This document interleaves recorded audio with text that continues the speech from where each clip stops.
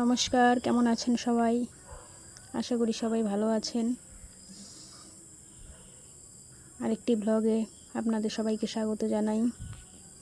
আমিও ভালো আছি। তো সকালবেলা ঘুম থেকে উঠে বিছানাটা গুছিয়ে নিচ্ছি।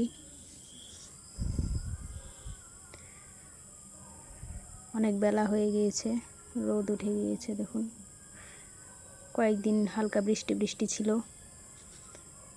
তাই অনেকগুলো জামা কাপড় জমে গিয়েছে, ধোয়া হচ্ছে না। আজকে যেহেতু সকাল সকাল রোদ উঠে গিয়েছে, তাই ভাবছি জামা কাপড়গুলো ধুয়ে দিব। অনেক জামা কাপড় জমে গেছে। আগে ঘরের কাজগুলো সেরে নিই, তারপর জামা কাপড় ধুতে যাব।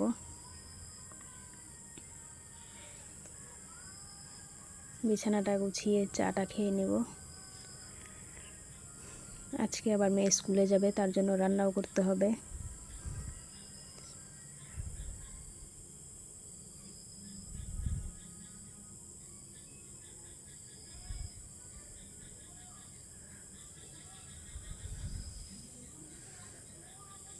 আজকে বাড়িতে অনেকগুলো কাজ আছে, সেসব করতে করতেই দিনগুলো চলে যাবে। আসলে রোদ উঠলেই একটু কাজ বেড়ে যায়। জামা কাপড় ধোয়া, ঘরের জিনিসপত্র মোছা। বৃষ্টি থাকলে তো এসব কিছু হয় না। সেই জন্যই কয়েকদিন যখন বৃষ্টি হচ্ছিল, ভাবছিলাম এই বোধহয় আবার বর্ষা নেমে গেল। অনেক দিন তো রোদ দিল, এখন একটু বৃষ্টির প্রয়োজন, না হলে জমিতে ধান টান ভালো আবার হবে না। আর একটানা বেশি দিন গরমও সহ্য হয় না, তাই ভাবছিলাম এই বোধহয় বর্ষা নামলো। কিন্তু আজকে সকালের ওয়েদার দেখে মনে হচ্ছে সেরকম বর্ষা এখনও শুরু হবে না। মনে হচ্ছে আশ্বিন মাস থেকে বর্ষাটা শুরু হয়ে যাবে। পুজোর সময় হয়তো বৃষ্টি থাকবে। এখন বৃষ্টিটা হয়ে গেলে ভালোই হতো, পুজোর সময় তাহলে বৃষ্টি থাকতো না। তো ঘরটর ঝাড়ু দেওয়া হয়ে গেছে, এখনও যে আসছি, জল ভরে নিচ্ছি। কয়েকটা বাসন ছিল, বাসনগুলো মেজে নিচ্ছি। জামা কাপড়গুলো ভিজিয়ে রেখেছি। কয়েকটা জামা কাপড় বেশি নোংরা হয়েছে, ওগুলো বাসন মেজে তারপর ওগুলো কেচে দেব। সকাল সকাল জামা কাপড়গুলো না কাচলে হবে না, কারণ আমাদের বাড়িতে রোদ কম পড়ে, না হলে সারাদিনে শুকোবেই না। আমাদের বাড়িতে অনেক গাছপালা, তো সূর্যটা সেইভাবে পৌঁছতে পারে না, তাই সকাল সকালই ভাবছি করে নেব। আর বেলা হয়ে গেলে কাজ করতে ভালোও লাগে না। আবার এদিকে একটু বাজারও যেতে হবে, বাজারে কাজ আছে। আগে রান্না করে মেয়েকে খাইয়ে দিয়ে স্কুলে পাঠিয়ে তারপর বাকি কাজগুলো করব।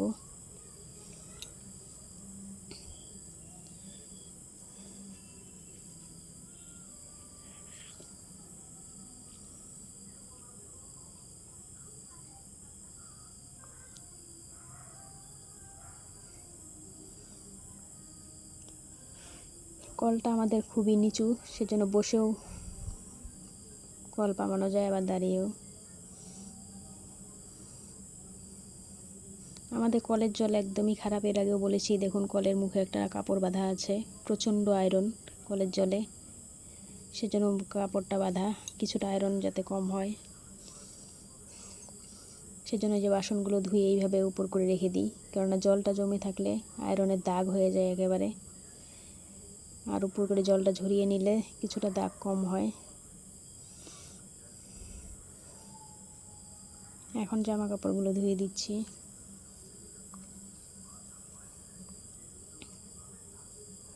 গরমের দিন কোথাও গেলেই সেই জামা কাপড় ফেলে রাখা যায় না, কোথাও থেকে গিয়ে আসলেই সাথে সাথে ধুয়ে দিতে হয়, না হলে আবার সেগুলো ঘামের গন্ধে দুর্গন্ধ হয়ে যায় আর তিতি পড়ে যায়।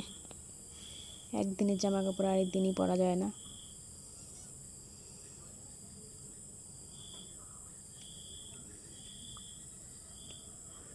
আমি এখন রোজ রোজ ব্লগ ছাড়তে পারছি না, একটু অসুবিধা চলছে, শারীরিক বলুন, নানান রকম অসুবিধার মধ্যে, তাই একদিন দুদিন বাদে বাদে ব্লগ ছাড়ছি।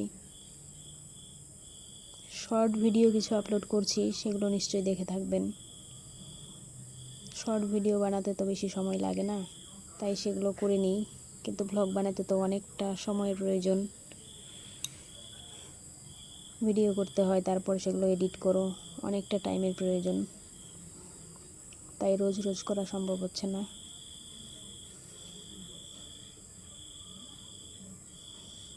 এখন কয়েকদিন এইভাবেই চলবে, কিছুটা দিন গেলে তারপর রোজ দিব। আপনারা প্লিজ আমার পাশে থাকবেন।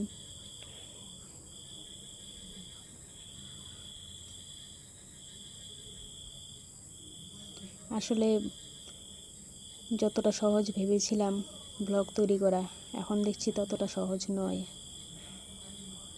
আগের থেকে তো লোকে জানে না কিভাবে কোনটা করতে হয় না করতে হয়, তাই নতুন করে একটু একটু করে শিখছি। আসলে কোনো কাজ আগের থেকে বোঝা যায় না, সেটা যতক্ষণ না নিজে হাতে করা হয় তারপরে তার ভেতরে জিনিসগুলো সম্পর্কে বোঝা যায়। তো দিন যাচ্ছে যত, সেটা আমি অনুভব করতে পারছি। সব কাজের পেছনে একটা পরিশ্রম থাকে, সময় সাপেক্ষ ব্যাপার থাকে, এগুলো সব দেখছি, শিখছি।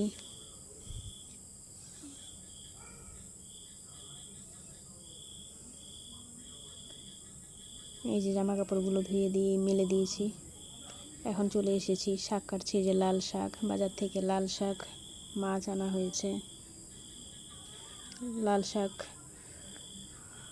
আমার মেয়ের খুবই পছন্দ, লাল শাক। ও এমনিতেও শাক পছন্দ করে না, কিন্তু লাল শাকটা পছন্দ করে। ভাতগুলো মাখার পর লাল লাল হয়ে যায়, সেটা ওর ভালো লাগে।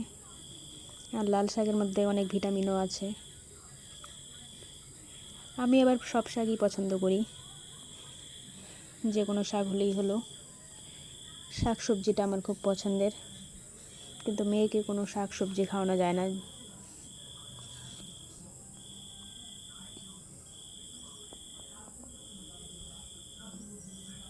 অনেকগুলো শাক, এগুলো ছোট ছোট শাক, বাছতে অনেক সময় লাগে। আমি এদিকে শাকগুলো বেছে নিচ্ছিলাম, আর মা ওইদিকে অন্য কাজ করছিল।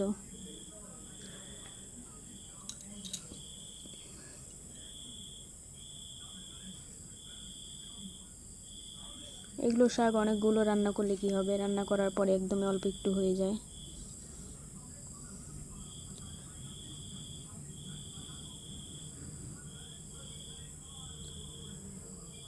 এই যে গুঁড়ো মাছগুলো বাজার থেকে আনা হয়েছে, এগুলো মা কেটে নিচ্ছে। আমি আবার এইসব ছোটো মাছ কাটতে পারি না, খুব অধৈর্য লাগে, অনেক সময় লাগে, আমার ভালো লাগে না, সেজন্য মাই মাছ কাটে। আমি সেরকম একটা মাছ টাছ কাটি না।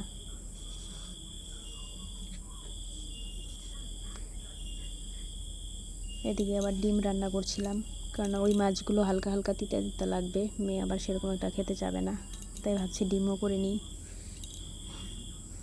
ওর খাওয়া নিয়ে প্রচণ্ড বায়না, রোজ যেটাই রান্না করি না কেন শুধু এটা খাবে না ওটা খাবে না। এত বড় মেয়ে হয়েছে, তারপরেও ঝামেলা খাওয়া নিয়ে। এদিকে মূলা শাক আনা হয়েছিল, মূলা শাকটাও করছি।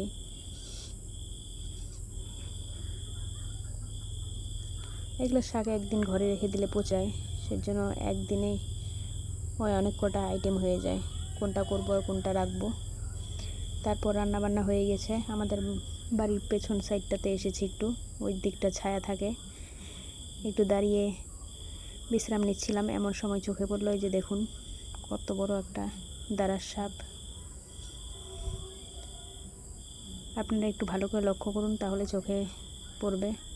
হয়তো অনেকের চোখে ঠিক সবুজ গাছগুলোর ভিতর দেখা যাচ্ছে না, একটু ভালো করে দেখুন, জুম করে বুঝতে পারবেন কত লম্বা আর কতটা মোটা। আমি তো প্রথমে দেখে ভয়ই পেয়ে গিয়েছিলাম, দাঁড়িয়েছিলাম, হঠাৎ করে শব্দ করে উঠলো,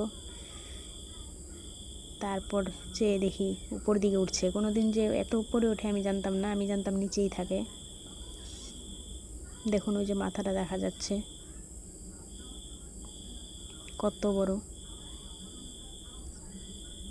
আমি দেখে ভয়ই পেয়ে গিয়েছিলাম, তারপর মাকে ডাকছিলাম দেখার জন্য।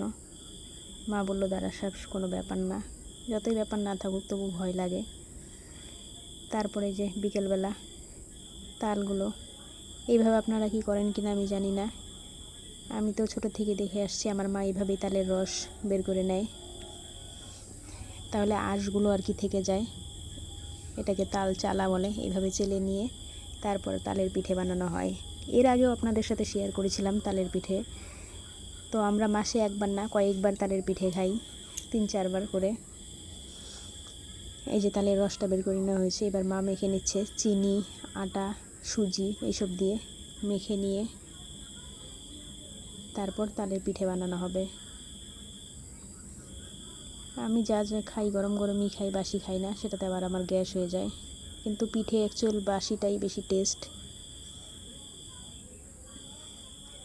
এখন পিঠেগুলো ভাজা হবে, কেননা রাত্রেবেলা গরমের মধ্যে ভালো লাগে না, তাই ভাবছি বিকেলবেলাই করে নিই।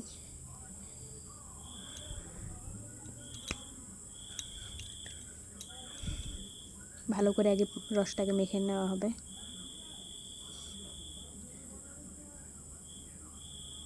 তো বন্ধুরা, এখন আমরা পিঠে ভাজবো।